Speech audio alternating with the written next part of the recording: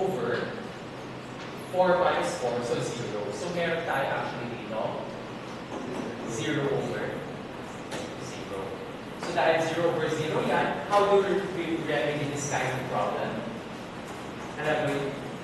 Dahil may square tayo, gagawin nila ay mag-rationalize. Okay, ano yung mag-rationalize natin? This would be, okay, ano rationalization of 16 minus s squared?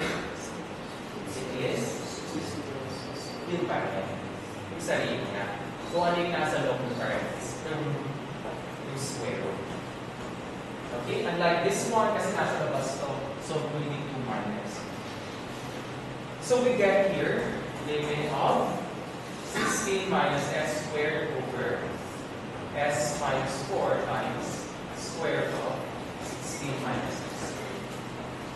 As s approaches 4 from the left.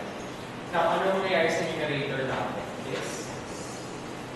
Ito ay, well, we can factor out the negative sign, so we get here negative s minus 4 times s plus 4 over s minus 4 times square root of 16 minus s squared.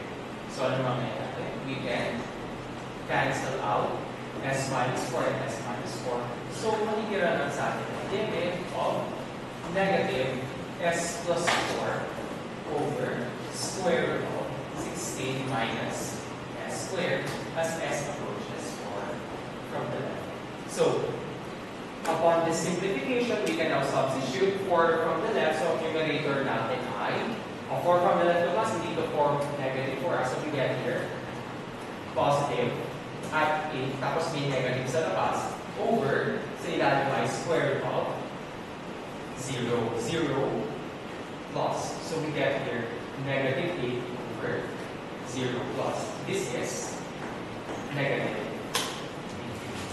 Okay? So, we take a break here. Magbalik natin.